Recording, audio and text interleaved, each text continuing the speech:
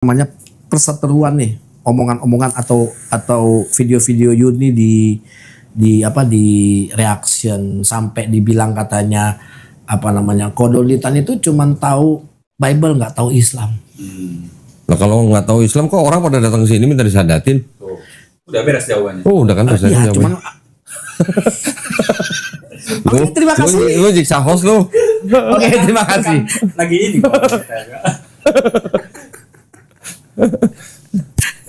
Kata dia salah aku jadi host kan. Salah. Dia mau tadi kan Antara ngaji cerdas sama Kodolitan. ngadepin 2 juta. Kok Ngadepin 1 juta 2 juta subscriber. Berarti pansos berarti. bentar lagi naik, Bro. YouTube gue lagi masalah, nggak bisa udah diskon. Jadi gue cuman bisa. Gak apa-apa. Gue cuman untuk berdakwah aja. Ya, insya Allah. Mensupport. Iya. Jadi sebelum ke beliau ya. Jadi kita doakan dulu beliau supaya hidupnya berkah. Amin. Dijaga kesehatannya nih sahabat ngaji cerdas. Beliau kan Donitan Channel ya. Karena beliau ini aset umat nih. Ya kan nggak semua ngerti juga kristolog ya. Kita tahunya dari beliau. Dan tadi kan disebut-sebut bahwa pernah itu di reaction kok ya di video beliau tuh di setel di gereja ya karena dia bahas Bible di masjid. Karena bagi orang kebanyakan nggak umum bahas kristolog itu di masjid, Bang. Iya. Nah, nggak umum. Jadi kalau sesuatu yang tidak biasa tuh pasti reaksinya beda kan. Kayak kita aja kesusuban nih, reaksi badan kita kan keluar nanah dan sebagainya. Sama hal-hal yang tidak biasa pasti reaksinya berbeda begitu. Ya kadang ada mungkin jamaahnya banyak di masjid kok ya. Ada mungkin segitu doang gitu ya. Karena orang bingung juga.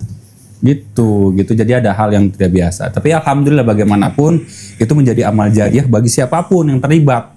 Panitianya, kameramennya, yang undangnya, yang nge-share-nya nih. Ini kan yang hadir berapa tuh 2, 3, 4, 5 sampai 10 ya. Tapi bagi penonton yang share nih pakai jempol doang.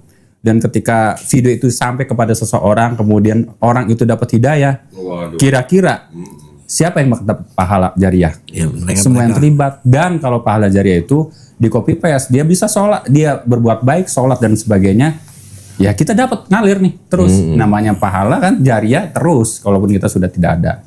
Gitu Bang. Jadi apapun itu, insya Allah kita doakan dia diberikan kesehatan. Karena Itu jadi host. karena ini kan Ini jadi hostnya ngambekan. baperan. Jadi host ngambekan. Bukan ngambekan kayaknya gue tuh kalau ngomong begini kan udah dijawab katanya. Udah selesai. Itu tantangan. Ya kan? Apalagi yang mau gue tanya gitu loh. Ya tanya lagi yang lain dong. Gimana? Pertanyaannya di out of the box gitu, yang nggak biasa biar dia nggak bisa jawab. Iya. Gitu kayak Kalau dia mah dia nggak bisa. Dia apa aja dilesin dia. kayak itu loh, kayak siapa namanya newsroom itu siapa? Najwa Shihab kan. Tanya tajam tuh. Lu nanya yang tajam dong, jangan tumpul. Ambil pisau. Pertanyaan lu tadi tumpul. Nah gini kita tadi nanggepin Asep ya.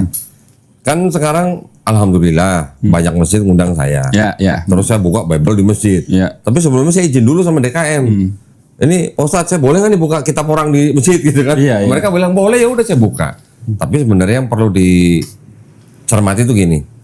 Kenapa kok sekarang masjid-masjid banyak pengen dengar tentang kristologi? Ya. Itu kan yang penting kan? Ya rupanya kan begini, dengan dakwah kita melalui kristologi, akhirnya kan banyak orang ya, dari kalangan Kristen datang ke sini. Nanya. Bener gak apa yang gue omongin? Mereka pengen lihat sendiri buktinya. Mereka pengen baca sendiri. Bahkan ada yang foto, ada yang bikin karya tulis dan sebagainya. Dan banyak juga yang sadar di sini. Nah mungkin teman-teman yang di masjid itu kan jadi melihat, oh iya ya, apa yang dilakukan Kodondi ternyata bisa membawa orang datang sampai akhirnya bersahadat. Apalagi yang diskusi sampai berjam-jam. 12 jam ya. Paling panjang berapa jam ya? 10 jam ya. 10 jam yang itu ya. Ada juga yang datang berkali-kali. Ada yang datang sekali, sahadat. Ada yang 2 kali, ada yang 3 kali. Bahkan ada yang sampai 5 kali. Saya nungguin sampai tidur kok. Nah, ini aja pernah nungguin sampai tidur nih. Lama banget. Ampun dah. Jadi, maksudnya gini. Mungkin teman-teman yang di masjid itu mungkin sudah mulai oh ternyata dengan kristologi bisa membawa orang menjemput hidayah. Ya, salah satunya itulah. Di pesantren juga ternyata begitu. Pengurus-pengurus pondok pesantren yang nonton video saya kepengen juga kalau santri-santrinya punya ilmu itu, supaya apa? Nanti kalau keluar dari pesantren paling nggak awam-awam banget lah gitu ya tentang kristologi. Saya sering ngomong di masjid begini. Kami ini di yayasan nih belajar kristologi sampai ngumpulin kitab segitu banyak. Kita percaya bahwa dakwah kristologi itu adalah dakwah tauhid, dakwah yang juga dulu dilakukan oleh Nabi Muhammad SAW ketika masih hidup bersama sahabat-sahabatnya. Ketika Rasulullah berinteraksi dengan orang-orang Yahudi, orang-orang Nasrani, orang Yahudi nanya apa, Nabi tinggal suruh sahabatnya buka gulungan kitab, dibuka, dibacain depan mereka. Mereka yang baca sendiri nangis, mereka masuk Islam. Seperti itu yang saya lakukan dan teman-teman lakukan ya. Jadi mungkin dari situ teman-teman masjid sadar bahwa ilmu kristologi itu bukan untuk menjadi Kristen, bukan, tapi justru malah dengan ilmu kristologi bisa membentengi iman dan akidah orang Islam dari upaya pemurtatan, dan juga bisa kita pakai untuk berdakwah kepada orang yang bertanya, terutama dari kalangan Kristen, yang mana kita ngomongnya semua pakai bukti, mereka akhirnya menerima. Dan akhirnya mereka masuk Islam. Karena ada satu anak muda begini, ini pengalaman juga nih. Anak muda ini kerjanya di Pemprov DKI, datang ke sini. Datang ke sini dia udah bawa banyak pertanyaan. Anak muda ini ngaku dia udah ke masjid, tanya nih. Pertanyaan ini tanya ke ustadz yang di masjid. Soal apa itu? Macam-macam. Pertanyaan itu banyak macam. Tapi kan kebanyakan pertanyaan dia kan itu dari perspektifnya orang Kristen. Dijawab sama ustadz di masjid. Ustadz masjid ini menjawab hanya dari perspektif Islam. Ya walaupun semua dijawab, tapi nggak mengena gitu jawabannya. Untuk dia. Untuk orang itu, ya kan. Cari tempat lain, ke masjid lain, jawabannya kurang lebih sama. Ke mualaf center yang lain juga begitu. Pas ke sini, alhamdulillah semuanya saya jawab, tapi nyangkut gitu loh, atau nyambung dengan perspektifnya dia. Yang dia tanya, gue jawab semuanya dari Bible. Ya. Ketika ada orang Kristen datang sini, yang pertama-tama gue buka tuh Bible, bukan Quran. Lah ngapain gue buka Quran? Mereka belum beriman ya. Yang gue bukain kitab mereka sendiri, bandingin sendiri, baca sendiri. Akhirnya terjawab semua. Alhamdulillah syahadat di sini. Ya, alhamdulillah. Kan gitu aja. Ada juga yang datang, kok boleh nggak saya datang? Saya pengen foto. Itu yang Bible-nya foto. Dia yang foto. Boleh silakan datang. Gue bukain, dia foto, nanya-nanya, diskusi sejam 2 jam, pulang. Nggak syahadat. Saya juga nggak maksa-maksa dia masuk Islam. Dia pulang syahadat ya apa? Bikin karya tulis. Foto-fotonya ditempelin. Gue bikin karya tulis buat di universitas gitu ya. Buat sendiri. Katanya buat orang tuanya. Kayak clipping gitu digituin. Kayak clipping. Buat orang tuanya. Setelah dia datang ke sini 2 bulan dia berdebat sama orang tuanya. Ya, akhirnya setelah 2 bulan masih berdebat. Akhirnya dia datang ke sini, di perjalanan aja masih debat sama orang tuanya. Tetap akhirnya dia datang ke sini bersyahadat. Ya kan kita nggak maksa.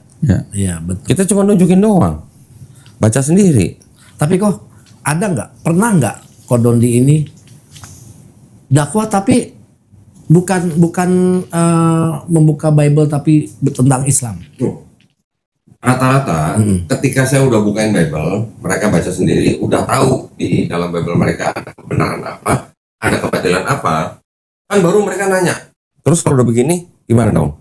What next gitu kan? Baru gue buka Quran, baru gue kasih ayat Quran, baru gue kasih konsep Islam, baru gue buka mujizatnya Quran apa. Gitu. Nah, alhamdulillah kalau mereka menerima, mereka langsung syahadat. Tapi rata-rata orang-orang yang datang sini, walaupun sudah dikasih tahu Quran, sudah dikasih tahu Islam, ada yang belum bersyahadat pun itu macam-macam alasannya. Ada yang kebanyakan karena keluarga, kebanyakan ya karena keluarga. Belum lagi nanti ada karena pekerjaan, jabatan, sosial dan sebagainya. Tapi kalau mereka nggak terikat dengan hal-hal seperti itu, mudah masuk Islam. Ya, jadi, mudah. Jadi Kodondi ini tetap dakwah di dalam kristolog ini untuk memberitahukan tentang isi Bible, juga tentang kebesaran Al-Quran gitu ya, tentang Islam. Tapi tadi dengan tahapan-tahapan tadi. Iya, dengan tahapan. Enggak, soalnya kan banyak sekali nih. Ini sosok si Don Ditani ini nih, itu digorengnya itu kan, ini si Don Ditani cuma bahas Bible mulu nih, nggak pernah namanya Islam di iniin segala macam. Nah ini jawabannya gitu loh. Jadi biar tahu kan, biasanya kan dia kan cuman apa namanya diskusi tentang Bible. Nah ini kita bongkar, inilah jawabannya bahwa tidak selalu tentang Bible, tapi Jadi gini, sorry ini gua potong nih. Monggo. Kan di Quran sendiri, Allah Subhanahu wa taala sendiri kan memerintahkan kita ketika kita berdiskusi dengan orang-orang Nasrani atau Yahudi, yang pertama kali diomongin apanya? Coba aku tanya. Apa yang harus kita cari dengan mereka? Kan persamaannya dulu. Iya kan? Bukan cari perbedaannya dulu, cari persamaannya dulu. Nah, ketika gua bukain Bible depan mereka, gua kasih tahu nih yang ini sama Al-Quran. Yang ini beda, yang ini sama Al-Quran. Jadi gue cari persamaannya dulu, gue tunjukin dulu persamaannya apa. Ketika mereka sudah tahu, oh ternyata ada konsep yang sama antara Bible sama Quran, tetapi di dalam Bible juga ternyata bercampur dengan yang dari luar gitu misalnya ajaran pagan gitu misalnya, Helenisme lah, paganisme lah, filosofi Platonisme lah. Nah, ketika saya sudah bisa memberikan bukti-bukti data ke mereka, mereka sudah bisa pilah-pilah, mereka bisa mikir, baru akhirnya mereka menerima, oh Quran yang benar gitu. Namanya juga kristolog, jadi bahasa dari Alkitab dulu. Iya. Nah kalau kristolog bahasa langsung Quran, bukan kristolog namanya. Ya tapi kan perspektif tetangga sebelah itu kan lain kan, bagaimana? Tapi kan wajar dong gua bertanya kan, gua bertanya supaya mewakili lah. Iya, teman-teman Muslim juga tahu nih. Jadi bukan hanya sekedar dia membahas tentang masalah Bible aja gitu loh. Bahkan Kodoli juga paham dan tahu tentang masalah Al-Quran kan begitu, ya kan? Bukan begitu bukan? Bukan. Lo yang nanya lo jawab sendiri. ini ada pertanyaan nih kok tentang masalah tapi ini tentang masalah Islam ya kok ya. Ini banyak sekali yang menyudutkan tentang Islam nih kok. Jadi kristologi itu nggak cuma belajar Bible. Kristologi itu juga belajar bagaimana membela Islam. Ya, betul. Membela Islam itu artinya apa? Ya membela konsepnya Islam yang diserang, membela Qurannya sekaligus membela nama baik Nabi Muhammad SAW. Betul. Gitu. Sebelum ke pertanyaan Bang Andre tadi kan mau di luar itu ya, ini masih nyambung relate dengan yang tadi. Kodoni kan sering debat nih di online atau tadi Online enggak? Online enggak? Offline. Ya misal kayak di TikTok, apa kan orang kan rame tuh ya. Pernah nggak termasuk yang di reaction gitu ya? Pernah nggak ketemu langsung sama tokoh yang kontroversi, misal orang yang aktif mereaction dan sebagainya? Pernah ketemu langsung nggak? Saya udah ngajak ketemu, ya. Saya ajak ketemu, kita ketemu di hotel, debat terbuka misalnya gitu. Sampai sekarang pada nggak mau. Nggak tahu pada nggak mau.